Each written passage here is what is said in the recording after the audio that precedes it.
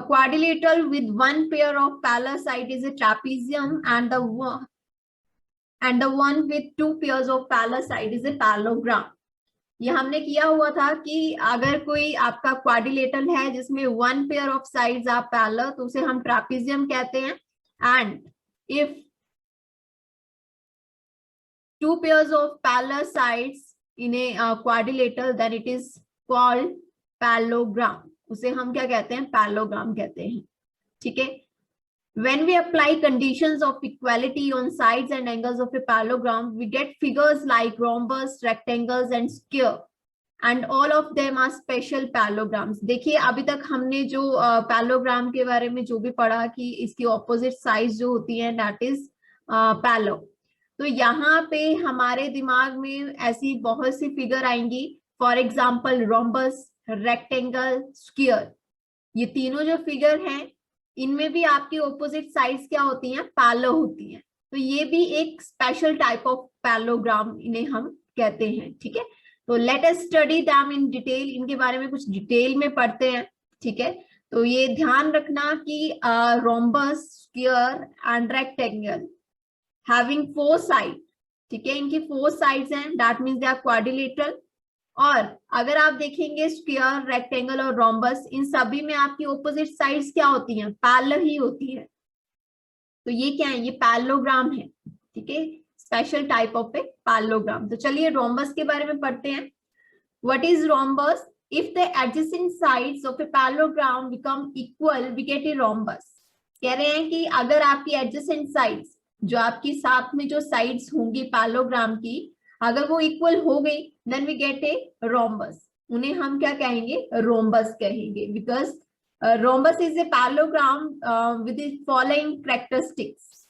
Rhombus की एक यहाँ पे कुछ कैरेक्टरिस्टिक्स दी हुई हैं, उन्हें ध्यान से देखेंगे. All sides are equal, opposite sides are parallel and opposite angles are equal. अब देखिए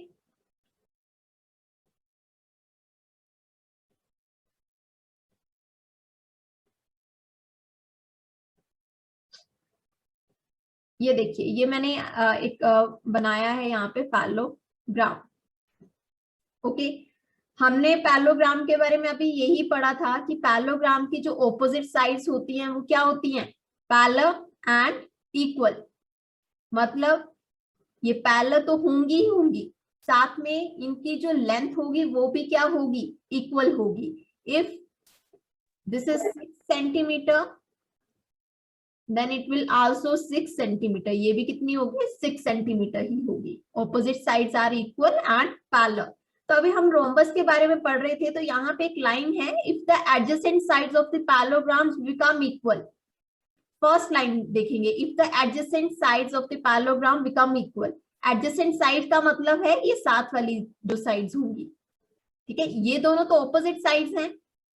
मैं यहाँ पे नाम लिख देती हूँ. This is A, B, C, D. अगर हम ए बी साइड की बात करें तो ए बी की एडजेसेंट साइड कौन कौन सी है? बताइए, ए बी की एडजेसेंट साइड कौन सी है? Ma'am BC and A. BC and AD. Very good. यहाँ पे ए बी की एडजेसेंट साइड देखिए, एक तो बीसी है और दूसरी कौन सी है? एडी. बहुत सिंपल सी बात है. ए बी के साथ वाली साइड्स देखनी है हमने. ए बी के साथ वाली साइड एक बीसी है और एक एडी है. तो अगर आप ये लाइन देख रहे हैं, if the adjacent sides of the parallelogram become equal, कि अगर आपकी एडजेसेंट साइड इक्वल हो जाती है, मान लेते हैं ए बी अगर 6 सेंटीमीटर तो बीसी भी क्या होगी? 6 सेंटीमीटर होगी. ठीक है. एडजेसेंट साइड मैंने इक्वल कर दिया. अगर ये 6 सेंटीमीटर है तो इसकी ऑपोजिट साइड भी क्या होगी? 6 सेंटीमीटर होगी. ठीक है. तो ये क्या बन गया? इसे हम क्या कहेंगे? रोम्बस कहेंगे. ठीक है. रोम्बस क्या होता है? एक पैरेललोग्राम ही होता है, बट इसकी एडजेसेंट साइड क्या होती है? वो भी क्या होती है? इक्वल होती है. दैट मीन्स सिंपली हम एडजेसेंट साइड की बात ना करें तो यहाँ पे आपकी सभी साइड्स क्या होंगी? इक्वल ही हो जाएंगी. All sides are equal in rhombus. Rhombus की आपकी सभी साइड्स क्या होती हैं? इक्वल होती हैं. Okay. Next is opposite sides are parallel. देखिए, obviously a rhombus is the kind of the parallelogram. Parallelogram की ऑपोजिट साइड्स क्या होती है? पैरेलल होती है, तो रोम्बस की ऑपोजिट साइड्स भी क्या होंगी? पैरेलल होंगी। Opposite angles are equal, opposite angle भी अब इक्वल ही होंगे, बिकॉज हम पैरेललोग्राम की बात ही तो कर रहे हैं। हम यहाँ पे जो रोम्बस, स्क्वायर और रेक्टेंगल जो पढ़ रहे हैं, they are special type of the parallelogram. ठीक है, तो ऑब्वियसली इनके ऑपोजिट एंगल भी क्या होंगे? इक्वल होंगे। ऑपोजिट साइड्स क्या होंगी? पैरेलल होंगी। तो आपने कौन कौन सी पॉइंट्स नोट करने हैं? All sides are equal in rhombus, opposite sides are parallel and opposite angles are equal. ठीक है, तो रोम्बस क्या है? Rhombus this is the parallelogram having all sides are equal, opposite sides are parallel and opposite angles are equal. Okay, तो यहाँ पे कुछ properties दी हैं। First property is the diagonal of a rhombus are perpendicular bisector of one another. देखिए,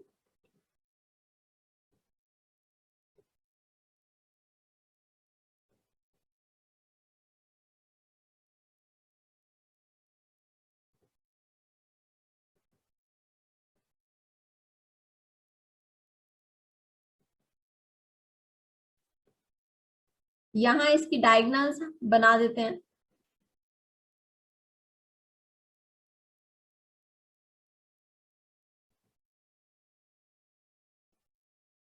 ठीक है,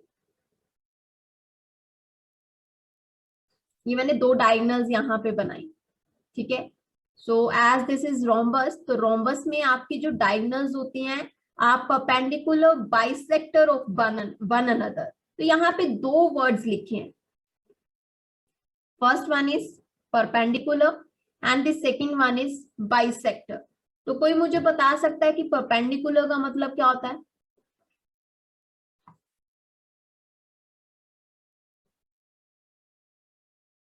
what do you mean by perpendicular? Ma'am जिनका bisect ma'am equal होता हो और मैम दोनों बाइसेक्ट। नहीं बेटा, मैं बाइसेक्ट की बात नहीं कर रही, मैं सिर्फ परपेंडिकुलर की बात कर रही हूँ।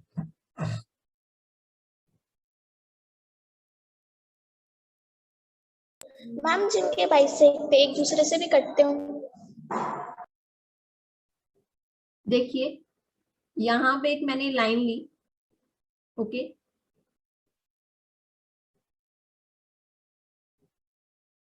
This is A B and this is C D. तो यहाँ पे ये जो सी डी जो लाइन है, this is perpendicular on A B. ये परपेंडिकुलर है किसके ऊपर? ए बी के ऊपर। तो परपेंडिकुलर का मतलब ये होता है 90 डिग्री एंगल। अगर कोई लाइन परपेंडिकुलर है, that means making an angle of 90 degree. कौन सा एंगल बनाता है? 90 डिग्री का एंगल बनाता है। ठीक है, तो यहाँ पे हम कर रहे थे कि the diagonals of the rhombus are perpendicular. यहाँ पे ये जो डायगोनल्स हैं, एक मिनट, थोड़ी सी हमारी ये line,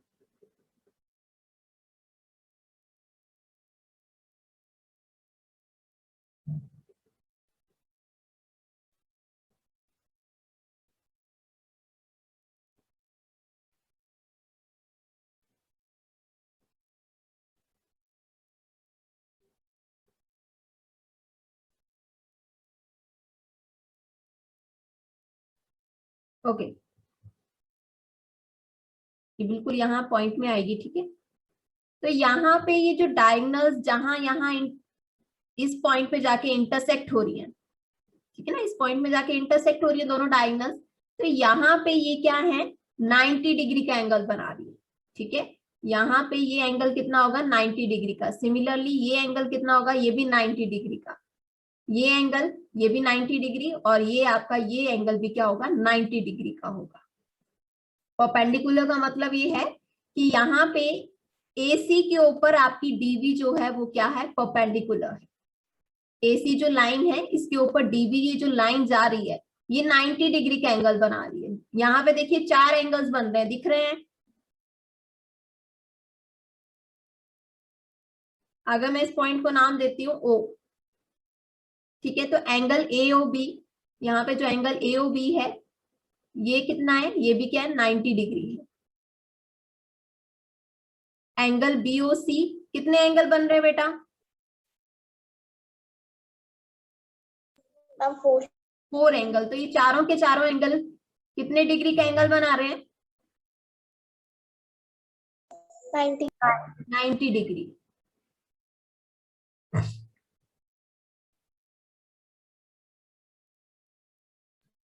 degree 90 degree because the diagonals of the rhombus are perpendicular to each other. कि आपके जो रोम्बस की जो दो डायगनल्स हैं वो एक दूसरे की क्या है, परपेंडिकुलर है। ठीक है, साथ में यहाँ पे एक और वर्ड यहाँ पे हम देखेंगे, that is the bisector. Perpendicular के साथ यहाँ पे क्या लिखा है, बाइसेक्टर। बाइसेक्टर का मतलब आपको पता है क्योंकि मैंने कल ही पूछा था।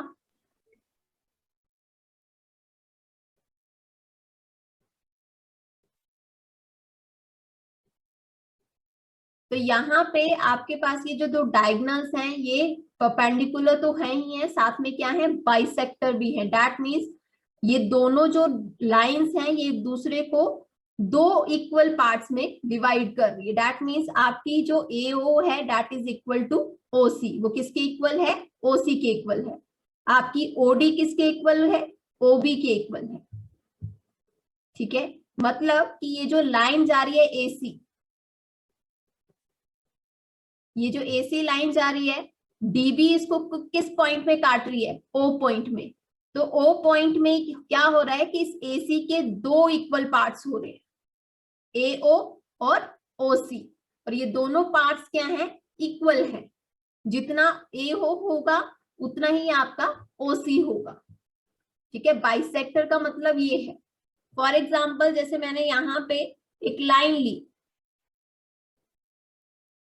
ठीक है, मैंने यहाँ पे एक पॉइंट लिया और मैंने कहा कि ये जो पॉइंट है O, this is the bisector of this line. ये इस लाइन का क्या है, बाइसेक्टर है। तो बाइसेक्टर का मतलब ये है कि यहाँ पे ये जो ओ पॉइंट है ये ए बी लाइन को दो इक्वल हिस्सों में बांट रहा है। समझ आ रही मेरी बात? टू इक्वल पार्ट्स का मतलब है कि यहाँ पे ये जो ए ओ, जितनी ए ओ की लेंथ है उतनी ही ओ बी की लेंथ होगी। अगर ए ओ आपका यहां से लेकर ए ओ की लेंथ अगर आपकी 2 सेंटीमीटर है तो ओ बी की लेंथ भी क्या होगी, 2 सेंटीमीटर होगी। ओके, तो यहाँ पे हमें ये क्लियर हो रहा है कि अगर ये 4 सेंटीमीटर है ओ ए, तो ओ सी भी क्या होगा, 4 सेंटीमीटर ही होगा। सिमिलरली अगर आपका डी ओ आपका 5 सेंटीमीटर है तो ओ बी कितना होगा, वो भी कितना होगा, 5 सेंटीमीटर होगा। समझ आ गई? ये बात क्लियर है बेटा? बाइसेक्टर मीन्स,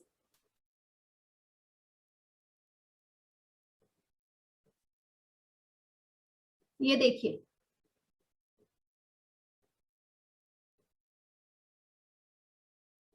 ठीक है, ये मैंने दो लाइंस ली है, this is M N and this is R S. मैं कह रही हूं कि ये जो दोनों लाइन है ये इस पॉइंट में क्या हो रही है, बाइसेक्ट कर रही है। ओ पॉइंट में ये क्या कर रही है, बाइसेक्ट कर रही है। तो बाइसेक्ट करने का मतलब ये है कि जो ओ पॉइंट है ये इन दोनों लाइन को क्या कर रहा है, दो इक्वल पार्ट्स में डिवाइड कर रहा है। टू इक्वल पार्ट्स का मतलब क्लियर है आपको? देखिए इधर, जितनी आपकी ओसी की लेंथ होगी, सॉरी ओएस की लेंथ होगी, उतनी ही आपकी किसकी लेंथ होगी, ओ आर की। आपका जो ओ एस है that is equal to O R. Clear? जितनी आपकी एमओ की लेंथ होगी उतनी आपकी ओ एन की होगी। मतलब O M is equal to O N. ठीक है, this is the meaning of bisector. Drawing subject पढ़ते हैं आप? यस और नो? यस आप क्या करते हैं, आप एक लाइन लेते हैं, ठीक है, फिर आप बाइसेक्ट करते हैं ए बी को, तो आप क्या करते हैं, अपनी कंपास लेते हैं, ठीक है, अपनी कंपास को आप क्या करते हैं, ए पॉइंट पे रखते हैं और इसके हाफ से ज्यादा ओपन करते हैं। यस और नो? जब किसी लाइन को बाइसेक्ट करते हैं आप, तो अपने कंपास को एक पॉइंट पे रख के उस लाइन का हाफ से ज्यादा उस कंपास को ओपन करते हैं एंड देन ऊपर आर्क लगाते हैं इस तरह से, ऐसे, ठीक है। सिमिलरली बी पॉइंट पे आप कंपास रखते हैं और इस तरह से उस आर्क को इंटरसेक्ट करते हैं, ऐसे ही आप नीचे करते हैं, ठीक है। और फिर इन दोनों के इंटरसेक्शन पॉइंट को आप क्या करते हैं, ज्वाइन कर देते हैं। और जब ज्वाइन करते हैं तो जो पॉइंट यहाँ पे बनता है वो पॉइंट क्या होता है, ए बी का मिड पॉइंट होता है। मतलब ये पॉइंट इस लाइन का क्या होता है, बाइसेक्टर होता है। ये पॉइंट जो है ये ए बी को दो इक्वल पार्ट्स में डिवाइड करता है, ठीक है ना। देखिए जितना यहाँ तक जितनी आपकी एओ की लेंथ है उतनी ही आपकी ओबी की लेंथ है ना। आप जब अपनी लाइन लेते हैं, देखिए जब आपने ये लाइन ली थी, ठीक है, आपने आर्क नहीं ली, आपने देखना था कि इसका मिड पॉइंट आपने यहाँ पे निकालना था, यहाँ पे इस पूरी लाइन का मिड पॉइंट क्या है। तो आप क्या करते थे, बाइसेक्टर ही करते थे, बाइसेक्ट करते थे। बाइसेक्ट करने से आपको अपना क्या मिड पॉइंट मिल जाता था। और मिड पॉइंट जो होता है वो क्या होता है, ऑब्वियसली वो उस पूरी लाइन को क्या करता है, टू इक्वल पार्ट्स में डिवाइड करता है ना, मिड पॉइंट, ठीक है। मान लेते हैं कि अगर ये 10 सेंटीमीटर है, दिस लाइन इज 10 सेंटीमीटर, और ये पॉइंट जो है ए बी की लेंथ कितनी है, 10 सेंटीमीटर, और ये जो पॉइंट है इस पॉइंट को मैं मान लेती हूँ एक्स। ये पॉइंट एक्स जो है ये क्या है, मिड पॉइंट है। तो मुझे बताइए what is the length of A x, A x की लेंथ कितनी होगी मैम 5 सेंटीमीटर। बी एक्स की लेंथ कितनी होगी 5 सेंटीमीटर 5 सेंटीमीटर। तो बाइसेक्टर का मतलब ये होता है कि वो लाइन को टू इक्वल पार्ट्स में डिवाइड कर देता है। तो यहाँ पे भी ऐसा ही है कि रोम्बस की ये जो दो डायगोनल्स होती हैं, ये जो डायगोनल्स हैं, ठीक है, ये क्या करती हैं, एक दूसरे को बाइसेक्ट कर देती हैं। कहाँ, इस पॉइंट पे। अब बाइसेक्ट करने का मतलब ये है कि यहाँ पे ये जो ए ओ है इसकी जितनी लेंथ होगी उतनी ही आपकी ओसी की होगी। This is the mid point, ये क्या होगा, मिड पॉइंट होगा। ओके, तो यहाँ पे हमने एक प्रॉपर्टी की, the diagonals of the rhombus are perpendicular bisector of one another, कि आपकी रोम्बस की जो दो डायगोनल्स हैं वो परपेंडिकुलर बाइसेक्टर हैं एक दूसरे की। परपेंडिकुलर मींस कि वो जहां जिस पॉइंट पे इंटरसेक्ट कर रही है, ई पॉइंट पे इंटरसेक्ट कर रही है, तो यहाँ पे 4 एंगल बन रहे हैं, और ये चारों के चारों एंगल जो है इनका मेजर कितना है, 90 degree. This is the meaning of perpendicular. Bisector का मीनिंग ये है कि जो डायगोनल्स हैं ये इस पॉइंट पे जाके क्या हो रही है, बाइसेक्ट हो रही है। दैट मींस यहाँ पे ये जो पार्ट्स बन रहे हैं आपके ए ई और ईसी, ये क्या होंगे, आपस में इक्वल होंगे। This is the mid point, ये मिड पॉइंट होगा दोनों लाइन का, ठीक है। एसी का mid point,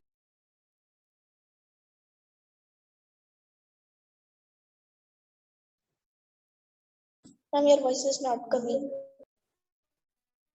Ma'am, your voice is not audible. okay, so the diagonals of the rhombus are perpendicular bisector of one another, ठीक है।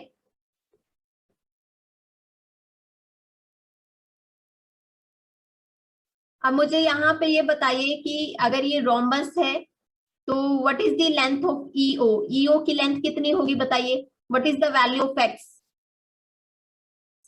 इस फिगर को देख के बताइए, इसको जूम कर देती हूँ मैं। 5 सेंटीमीटर 5 सेंटीमीटर, बिकॉज यहाँ पे ओ आई की लेंथ कितनी है 5, तो ऑब्वियसली ओ ई की लेंथ कितनी होगी, वो भी 5 होगी, तो एक्स की वैल्यू यहाँ पे कितनी होगी 5 सेंटीमीटर। क्लियर? ओके, अब मुझे यहाँ पे ये बताइए कि मुझे z की वैल्यू निकालनी है, इस z की वैल्यू कैसे निकालेंगे?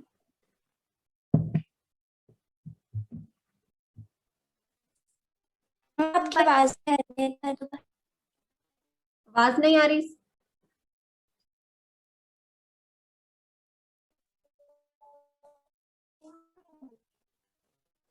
मैम अब आ रही है, मैम पहले कट कट के आ रही थी।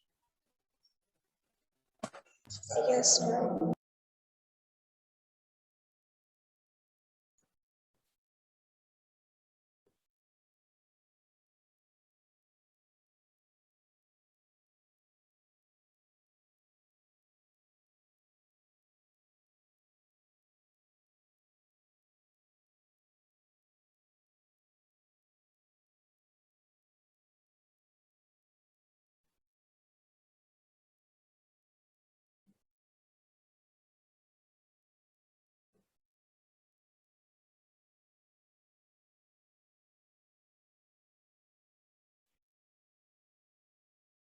ओके, मुझे बताइए what is the length of mn, mn की लेंथ कितनी होगी?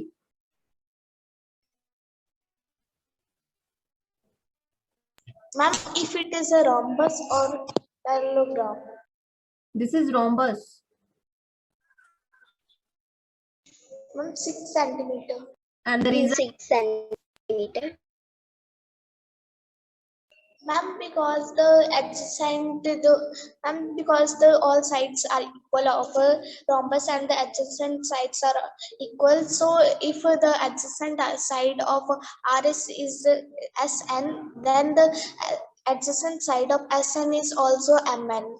एक सिंपल सी बात है कि रोम्बस की आपकी सभी साइड्स इक्वल होती हैं, एडजेसेंट साइड छोड़ दीजिए, all sides are equal in rhombus. So if RS is of 6 centimetre then MN भी कितनी होगी, वो भी 6 सेंटीमीटर होगी। ओके, अगर मैं ये कहती हूँ कि आपकी ON जो है दैट इज 5 सेंटीमीटर,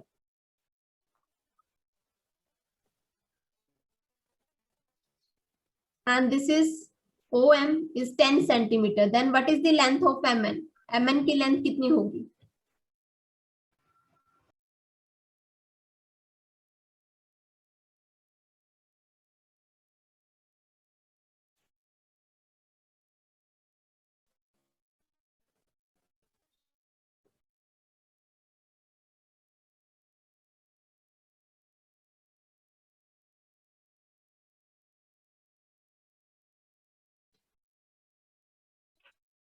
क्या repeat?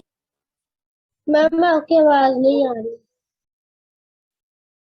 बेटा आपने ये पेज ओपन करिए 55 और इसका एग्जाम्पल फर्स्ट देखिए, अपनी बुक में देखिए।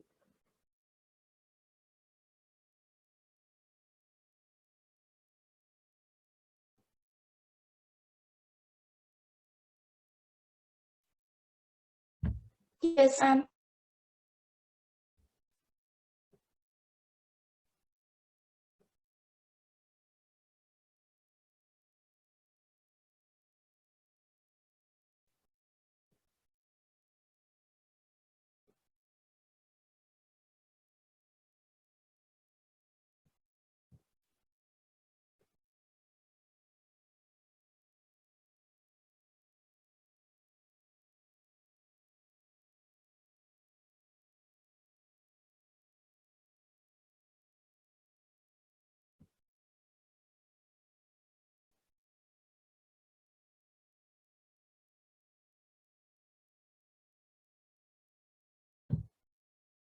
ये दोनों एग्जाम्पल आप कल करके आएंगे, ठीक है?